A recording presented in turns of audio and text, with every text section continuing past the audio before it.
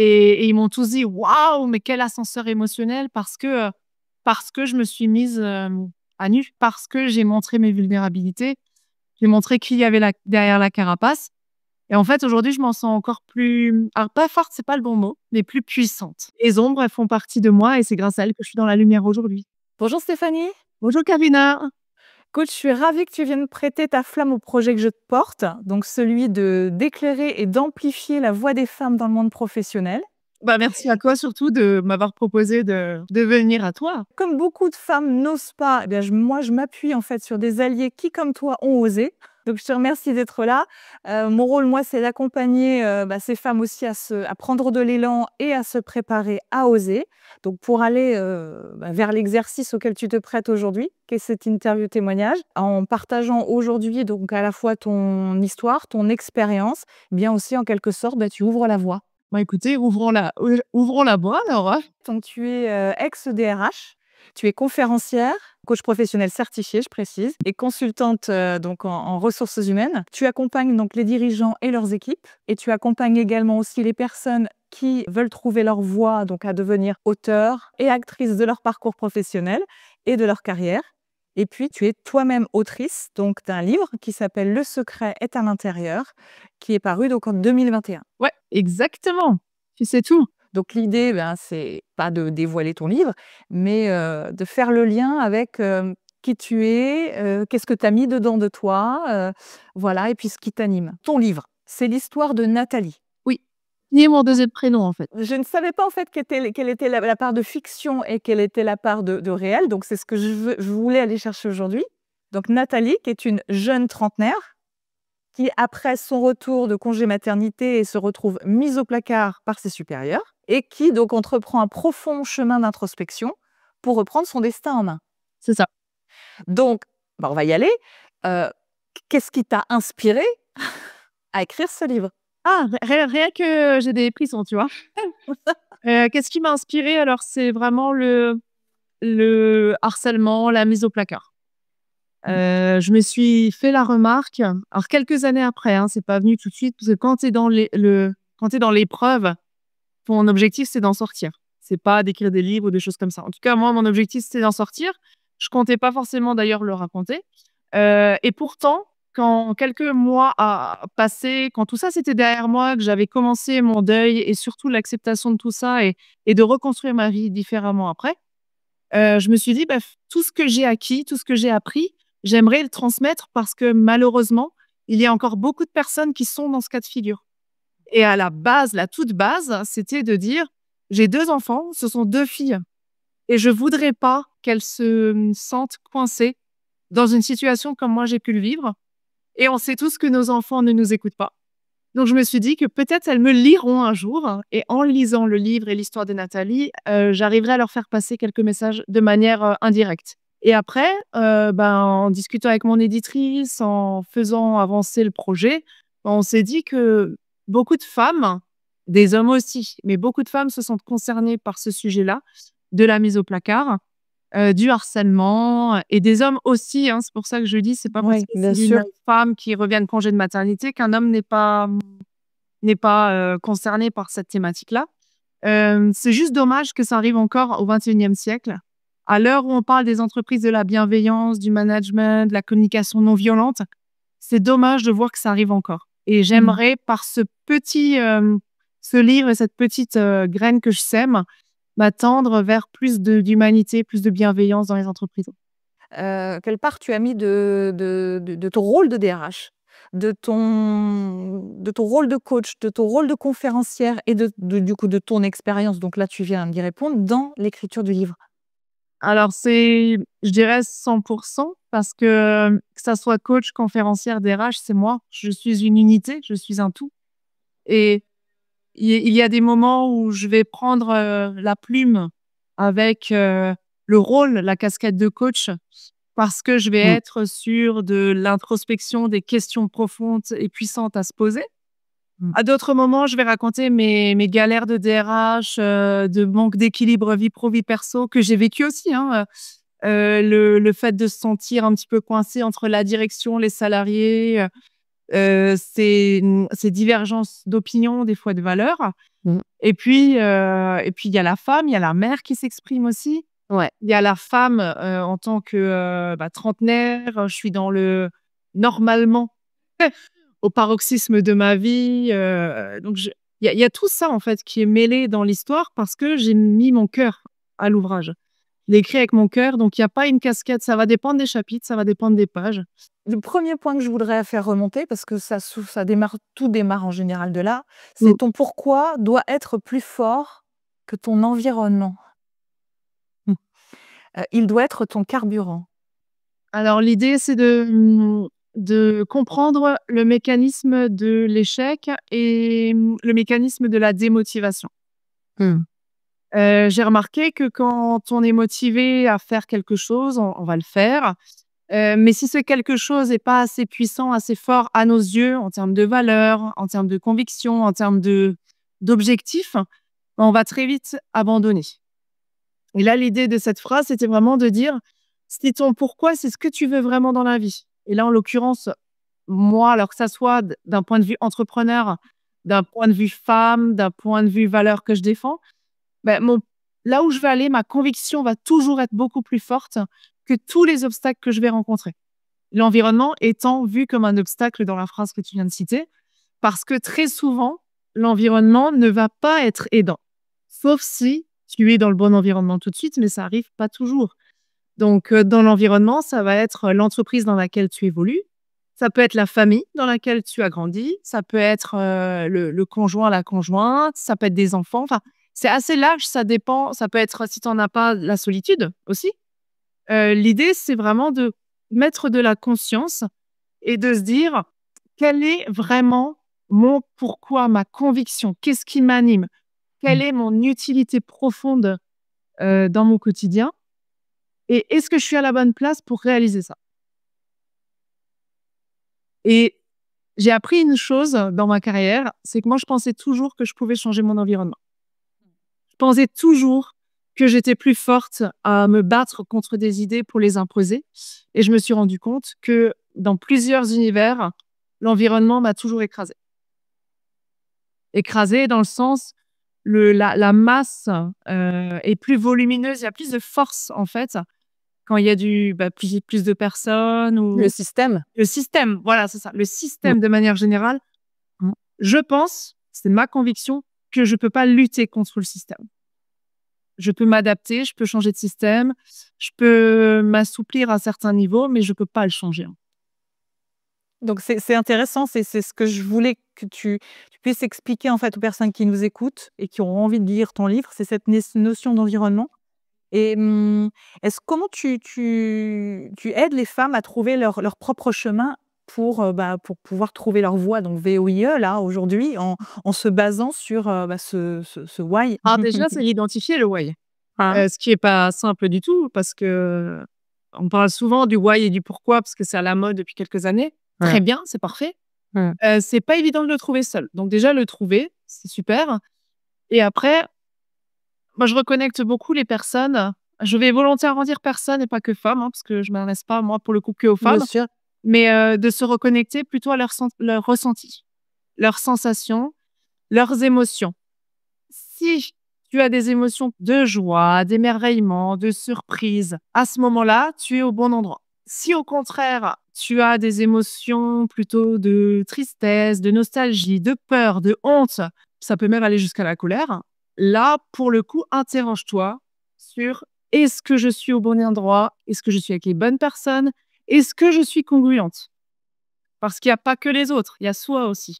Tu peux expliquer ce que c'est que la congruence? Non, mais tu as raison, tu as totalement raison. Moi, je l'utilise quasiment au quotidien et je me rends compte Moi aussi. plein de personnes qui ne connaissent pas. La congruence, c'est je fais ce que je dis.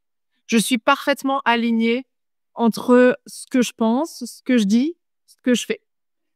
Et si moi, je ne suis pas alignée, donc je ne suis pas congruente entre, quand je dis je pense, c'est mes valeurs, mon système de croyances, c'est mon schéma de vie. Et ce que je vais faire, je vais me sentir dissociée. Je ne vais pas être en accord avec mes valeurs. Oui, c'est une déconnexion. Ouais, voilà, ou une déconnexion. Et c'est pour ça qu'il y a tellement de personnes aujourd'hui qui se sentent dans le mal-être. parce que elles sont déconnectées de qui elles sont et de ce qu'elles font, et voire même d'où elles sont. Ça dépend dans quel environnement elles évoluent. Parce que si tu ne te connais pas, tu peux difficilement en fait vivre sereinement, pleinement et de manière apaisée dans les environnements, parce que pour le coup, on les choisit pas toujours. Tu parles de ce sentiment d'invisibilité et de vide qu'on peut parfois ressentir. Ça m'a beaucoup touchée et qui peut nous faire douter de notre utilité, de nos capacités, de nos choix. Donc ça, tu en parles dans ton livre. Et ce sentiment concerne alors beaucoup de femmes et d'hommes, mais les femmes sont concernées quand même beaucoup aussi par un manque de représentativité et elles n'arrivent pas à prendre leur place ou parce qu'elles ne sont pas dans le bon environnement. Comment on peut surmonter ce sentiment et se repositionner? Comment toi tu as fait? Le sentiment d'invisibilité, il naît d'un sentiment d'infériorité qu'on se génère soi-même. Donc l'idée finalement, c'est de s'aimer comme on est, d'apprendre à détecter ses vulnérabilités, ses faiblesses, ses parts d'ombre, on en a tous, et vraiment de ne pas les mettre sous le tapis comme on peut avoir tendance à le faire parce que c'est plus simple, mais de regarder en face qui je suis. Voilà, qui je suis. Et ok, ça c'est peut-être mes parts d'ombre, c'est mes difficultés, c'est là où je suis un peu moins à l'aise. Par contre, mes forces, c'est ça. Et je vais maximiser ça. Et là, forcément, et si je prends mon exemple à moi, je me suis sentie des fois nulle, parce qu'on me l'a dit. Je me suis sentie extrêmement incompétente. Et tu l'as cru. Je l'ai cru. C'est ça le pire. Mais bien sûr, mais parce que je n'avais pas confiance en moi. Donc, si C'est ça. l'autre, en fait, qu'il faut en vouloir, c'est à soi. Et ça, c'est difficile aussi parce que du coup, tu nourris une colère vis-à-vis de toi, du jugement. Donc, tout ça aussi, il faut tempérer après. Mais moi, on m'a dit que j'étais incapable plusieurs fois dans ma vie depuis très petite. Je me suis nourrie et construite avec cette croyance de tu n'es pas capable de. C'est ça qui m'a motivée. C'est ça qui a été mon pourquoi jusqu'à 30 ans, de me dire, vous allez voir, ok, vous pensez que je ne suis pas capable, je vais vous montrer. Ça a été mon carburant. Et d'ailleurs, pour les auditrices qui te suivent, le carburant, c'est souvent nos plus grandes blessures. Ce qui nous a profondément blessés quand on était jeune, ça va être notre pourquoi à l'âge adulte, parce qu'on va vouloir souvent prouver le contraire. Je ferme la parenthèse. Et du coup, c'est ce qui m'a permis de développer ma confiance en moi, d'affronter ensuite les autres. Alors là, j'ai encore un vocabulaire un petit peu combat parce que on parle de... On va en parler. On va y revenir. Je te lâche pas comme ça.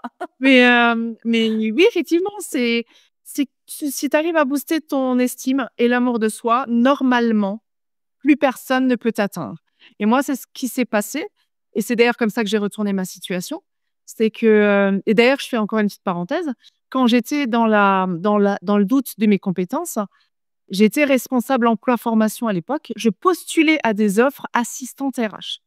J'avais un master, j'avais 10 ans d'expérience. Je postulais à des offres d'assistante pour être sûre d'avoir un boulot et surtout parce qu'on m'avait dit que je n'étais pas capable de faire plus, tu vois. Et tous mes postes, tu te doutes bien que tous mes entretiens, je les ai foirés. Parce que ils ont vu en face une force autre, tu vois, qui avait... Oh, je vois très bien ce que tu veux dire. Et donc, du coup, en fait, ça a nourri.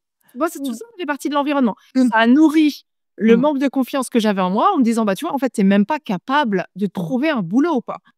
Jusqu'au jour où j'ai travaillé sur moi, chose que je fais aujourd'hui en coaching avec les autres, jusqu'au jour où je me suis mis en valeur, que j'ai appris à m'aimer. Et là, je me suis dit, OK, moi, je me voyais là, mais en fait, je mérite ça. Pour aller là, on monte l'ascenseur et pour monter l'ascenseur, c'est de la formation, c'est de la confiance en soi, c'est de l'affirmation de soi, c'est du leadership. Chacun travaille ce qu'il a envie de travailler. En tout cas, moi, c'est ce qui m'a permis d'aller là. Premier entretien que je passe, DRH, j'affirme mes convictions, ma valeur, mes qualités, mes talents, bam, je l'obtiens. Donc, ça montre bien que c'est pas une question de l'invisibilité, on peut la transformer. Tout part de soi, en fait. Donc, se laisser choisir par les opportunités, ça c'est quelque chose. Alors, évidemment que je suis pas neutre, il y a beaucoup de subjectifs. Tout ce que j'ai voulu faire remonter de ton livre, ce sont des choses qui m'ont interpellée aussi par rapport à mon propre parcours. ou ce que les femmes en fait que j'accompagne me partagent. Donc se laisser choisir par les opportunités, finalement, c'est l'impression de ne pas avoir choisi. Est-ce que tu peux nous dire comment tu as fait pour toi et comment tu accompagnes cette transition pour aider les femmes à être autrices et les hommes et actrices de leur carrière? Alors moi, j'ai pris conscience que je ne choisissais pas ma carrière justement parce que tout simplement, tous les postes que j'avais eus, c'était des, comment on appelle ça, des chasses en fait. On m'avait chassé, on m'avait proposé un poste. Et donc, je me suis jamais posé la question, est-ce que c'était soit oui ou non, ça me plaît pas. Mais je m'étais jamais, tu vois, c'est pas moi qui ai construit. Et alors c'est bien aussi, hein, j'ai rien contre, c'est assez confortable.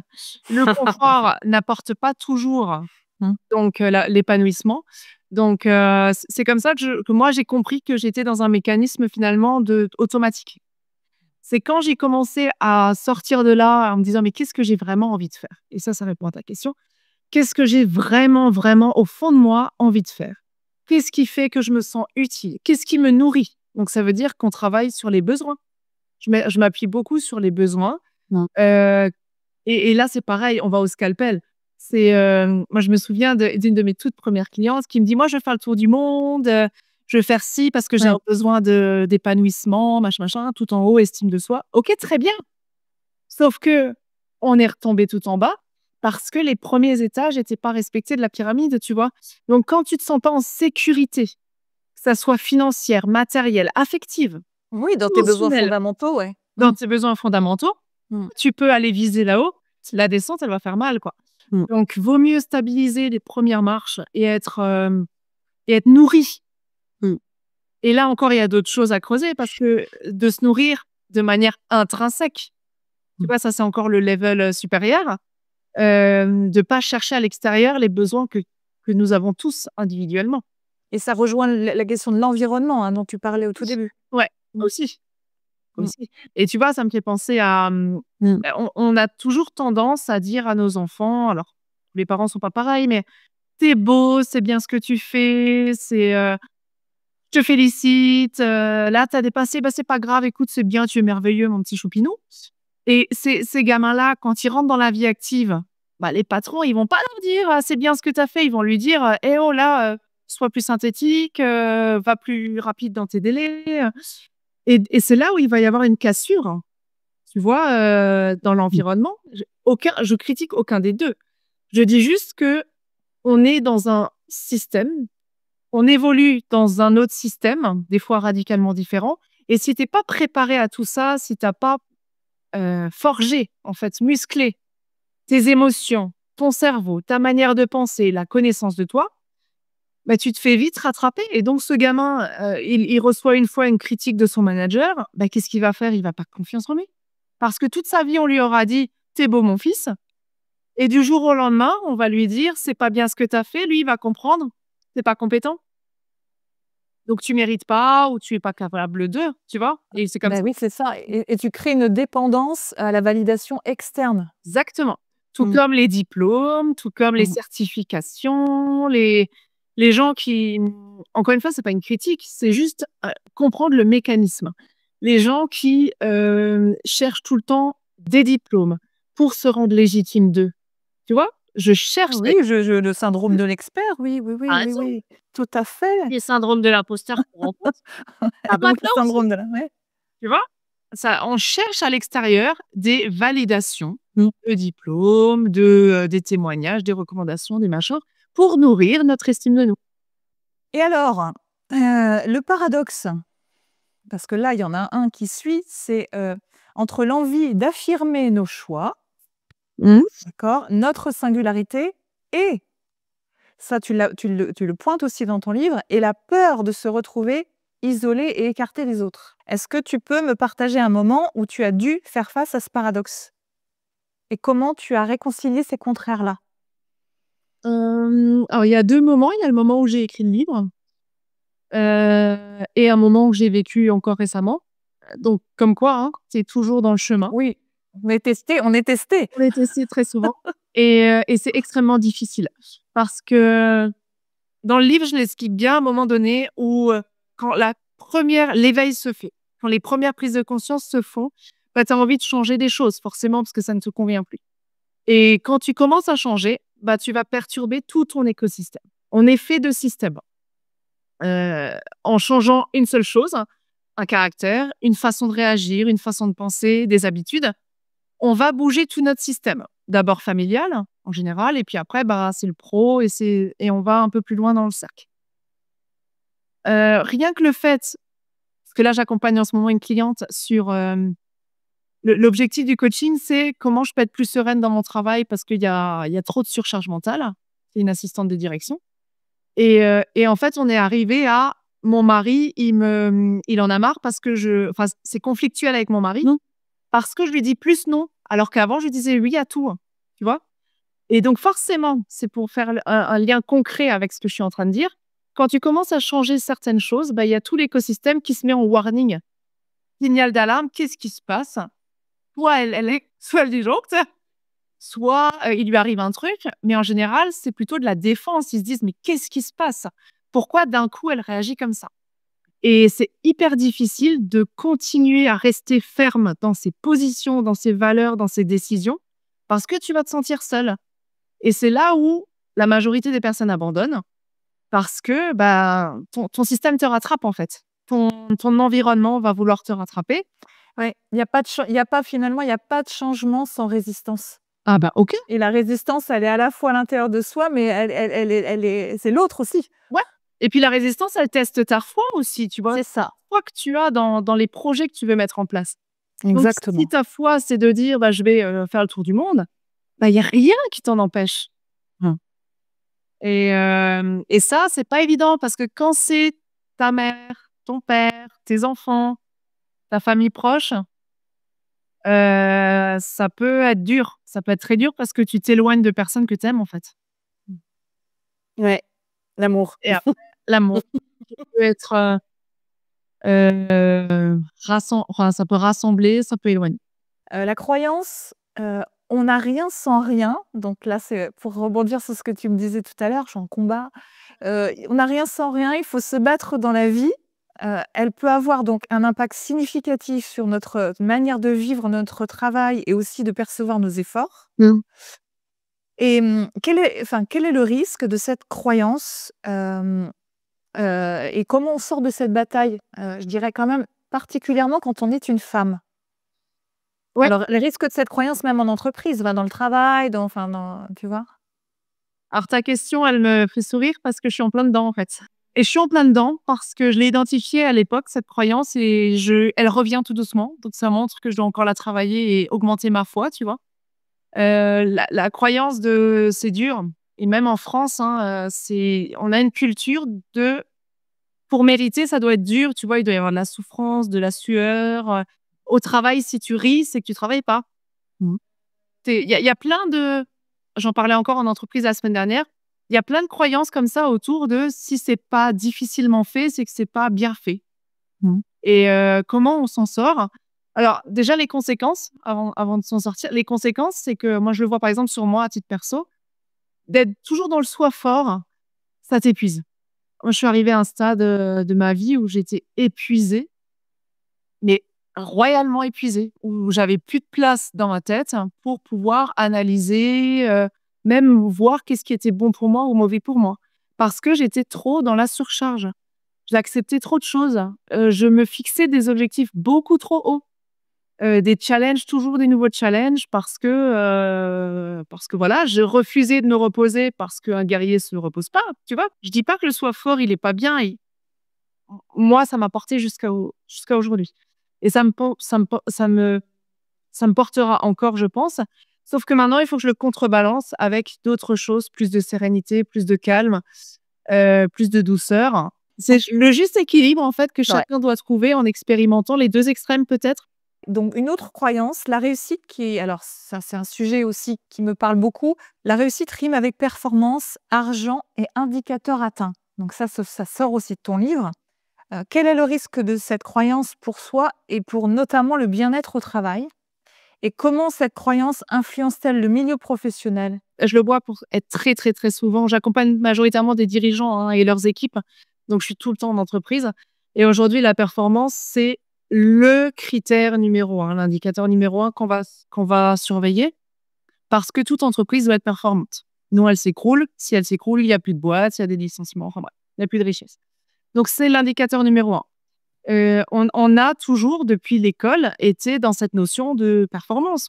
C'est bien, je pense, à un certain stade, parce que ça permet d'éviter l'inertie, ça permet d'éviter la monotonie. En revanche, l'excès de performance, ou en tout cas ne voir que la performance, c'est très limitant parce que on va oublier tout un spectre qui est le plaisir. Et c'est exactement sur ce que je travaille aujourd'hui en entreprise, c'est l'épanouissement au travail. Beaucoup de dirigeants dissocient le plaisir et la performance. Moi, mon job, c'est de faire en sorte que ça continue d'être complémentaire. Donc, l'idée, c'est d'associer les deux. C'est pas de dire que l'un est bien, pas l'autre. C'est de trouver comment les deux peuvent être complémentaires, en fait. Tu es conférencière, donc tu as effectivement amené aussi dans ton livre des éléments sur la prise de parole en public. J'ai beaucoup aimé, quand on prend la parole en public, comment montrer ses émotions, sa part de fragilité, quand on l'a jamais fait, et toucher aussi le cœur de son auditoire, quand on a appris à donner une image forte de soi. Donc, quel a été le plus grand défi que tu aies eu à relever pour oser prendre la parole en public? Alors, le plus gros défi, et c'est fou comme cette interview, elle vient au bon moment. Ça fait maintenant 3 ans que je fais ce métier de conférencier, ou en tout cas que j'anime des conférences dans les entreprises. Et il y a 15 jours, je me suis lancé le défi d'aller sur scène en me présentant, mais pas sous l'angle de qui je suis, qu'est-ce que je sais faire, coach, etc., mais plutôt qui est tout l'armure de Stéphanie. Et ça a été très difficile pour moi parce que j'ai repris des parties de mon enfance, comment je me suis construite avec mes croyances. Oui, tu as pris des personnages, oui. J'ai repris et en fait, c'était... Mais j'avais besoin de le sortir aussi. Tu vois, j'avais besoin de sortir tout ça. Je pleurais un bon coup avant. Et quand je suis arrivée sur scène, comme j'avais un peu contrebalancé, j'avais sorti tout ce que je devais sortir avant, je suis arrivée un petit peu plus apaisée. Et ils m'ont tous dit « Waouh, mais quel ascenseur émotionnel !» parce que je me suis mise à nu, parce que j'ai montré mes vulnérabilités, j'ai montré qui y avait derrière la carapace. Et en fait, aujourd'hui, je m'en sens encore plus... Alors, pas forte, c'est pas le bon mot, mais plus puissante. Les ombres, elles font partie de moi et c'est grâce à elles que je suis dans la lumière aujourd'hui. On tombe le masque, là. Ce que tu as appris sur toi-même, là, surtout là, dans les moments où tu fais tomber des armures, c'est quoi? Quand tu te montres que sur tes forces, que sur tes succès, parce que c'est vrai que le fait d'avoir écrit un livre, ça peut faire penser aux autres que tu as fait plein de choses, que tu as du succès. Et le fait de montrer un petit peu la part d'ombre, ça te remet à un même pied d'égalité. L'autre en face, il se dit « Mais en fait, elle est comme moi. » Et c'est parce que j'ai su redescendre d'un cran, de montrer justement mes faiblesses qui finalement sont universelles.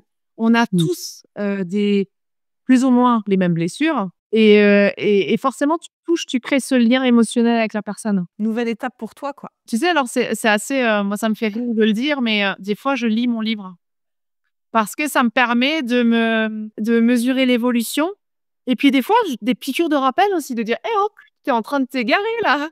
C'est super intéressant ce que tu viens de dire, justement. C'est un traceur de ton parcours. Je trouve c'est vraiment bien. Tu évoques dans ton livre le fait qu'on peut réussir à se détacher d'un passé qui nous limite. Alors, moi, je dirais même une version de nous-mêmes qui nous limite, ou d'une histoire qu'on s'est racontée. Ça fait partie du truc. Est-ce que tu peux nous partager un échec que tu as transformé, ou une cicatrice vraiment que tu as réussi à honorer et qui t'a permis de grandir et d'évoluer?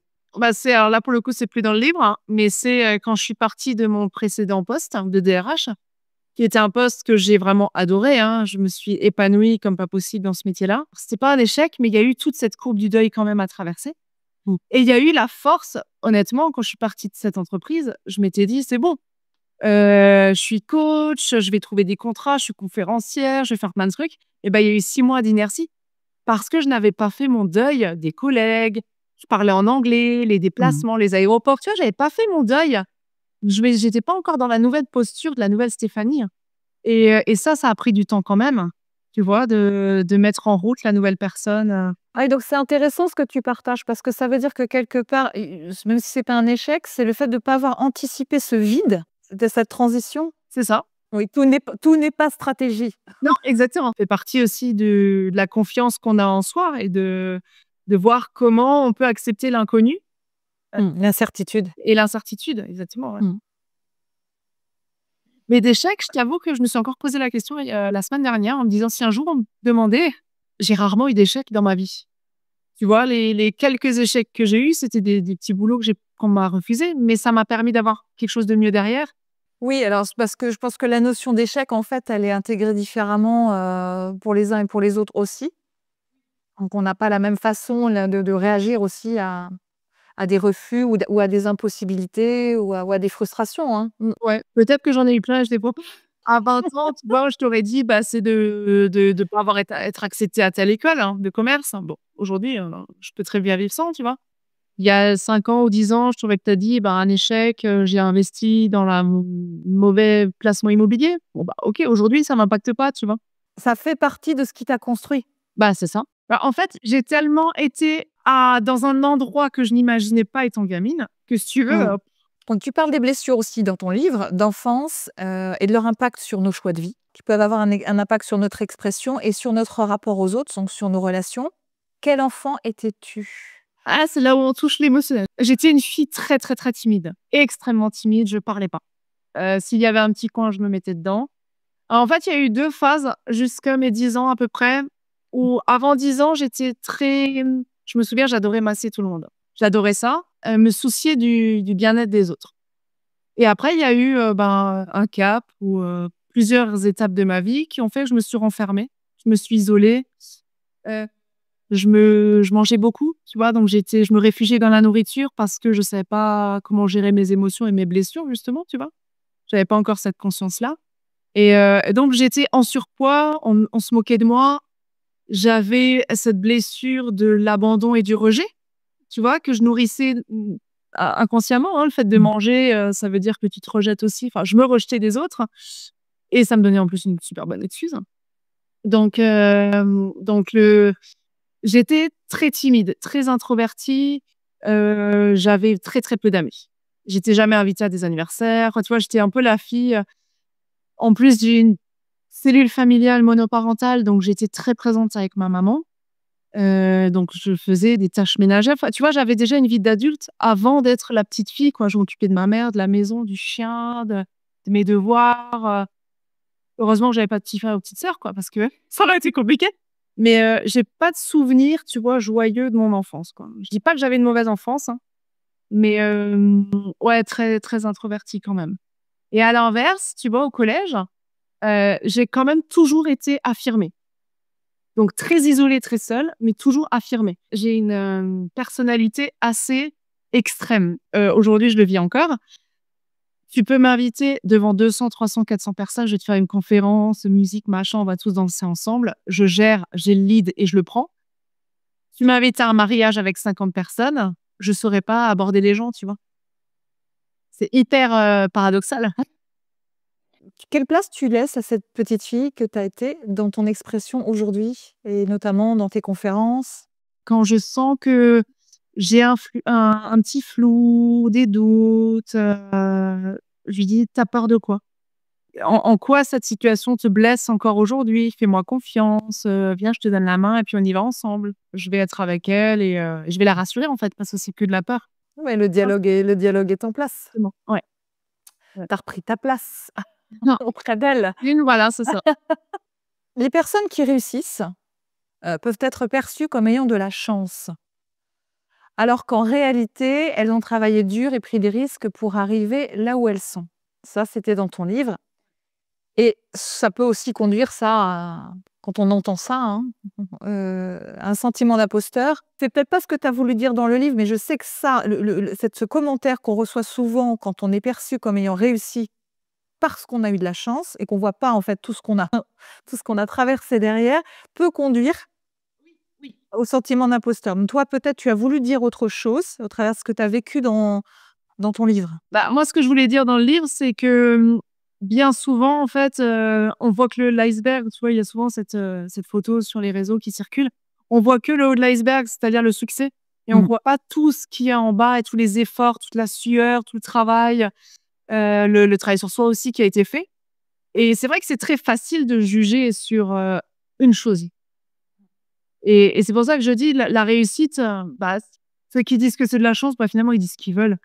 Parce que finalement, la remarque de l'autre lui appartient, elle nous appartient pas à nous. Mais le miroir, c'est le parfait exemple pour dire, bah non, en fait, ça lui appartient à lui. Chacun voit en fonction de son prisme, de sa réalité, de ses perceptions. Tu parles d'intelligence intuitive, de place à l'intuition et d'écouter les signes. Alors, dans des environnements professionnels, enfin, je mets le professionnel, mais pas que, hein, souvent dominés par des approches qui sont plus rationnelles et analytiques. Et puis aussi, parfois, on a grandi, on peut avoir ça tout petit, mais on n'a pas pu le développer parce qu'on l'a tous, mais on n'a pas Ouais. pu le développer parce qu'on a grandi dans un environnement où le rationnel et l'analytique, c'était la norme. C'est ça. Est-ce que tu peux nous donner un exemple où écouter ton intuition a fait une différence significative dans tes choix? C'est souvent des personnes. Là aussi, j'ai appris avec le temps. Aujourd'hui, je fais beaucoup plus confiance à mon intuition qu'avant. Avant, tu sais, je faisais des tableaux plus, enfin, pour, contre, des choses comme ça. Et aujourd'hui, c'est vrai que c'est plus avec des personnes avec lesquelles je vais vouloir travailler ou pas travailler.